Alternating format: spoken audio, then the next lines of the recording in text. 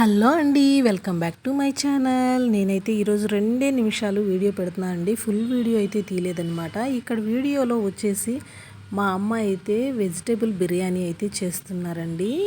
నేనైతే మొత్తం షూట్ చేయలేకపోయాను. నేను వెళ్ళేటప్పటికే స్టార్ట్ చేశారనమాట. అలాగే పక్కన స్టవ్ పైన మా అమ్మమ్మ అయితే చికెన్ కర్రీ చేస్తుంది. ఎంతైనా మన అమ్మమ్మ వాళ్ళు చేసే వంటలు అయితే చాలా టేస్ట్గా ఉంటాయి. ఎందుకనో మనం ఎంత ప్రయత్నించినా కూడా అలా రావన్నమాట.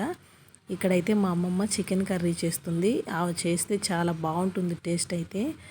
నేనైతే మొత్తం షూట్ చేయకపోయినా అక్కడక్కడ ముందైతే కొద్దిగా గసగసాలు కొబ్బరి అనేది ఫ్రై చేస్తున్నా అని చెప్పిందనమాట. వాయిస్ కూడా ఇచ్చింది.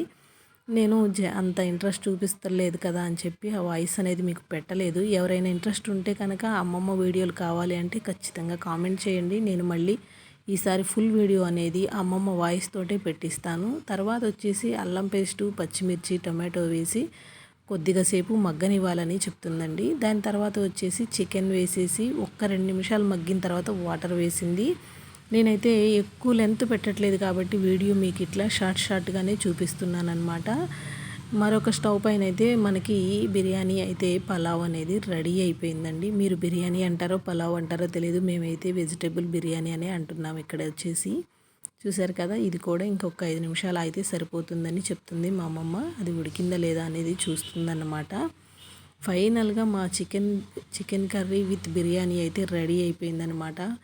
మా అమ్మమ్మ వంటలు మీకు కూడా కావాలి, నచ్చాయి అనుకుంటే ఖచ్చితంగా లైక్ చేసి షేర్ చేయండి, కామెంట్ చేయండి. నేను మరిన్ని వీడియోస్ కావాలంటే మీకు అప్లోడ్ చేస్తాను. అలాగే ఫైనల్ లుక్ ఎలా వచ్చేసింది biryani with chicken gravy curry అనేది ఇక్కడ చూసేయండి. టేస్ట్ అయితే వేరే లెవెల్లో. అమ్మమ్మ చేతి వంట ఎప్పుడూ బాగుంటుంది.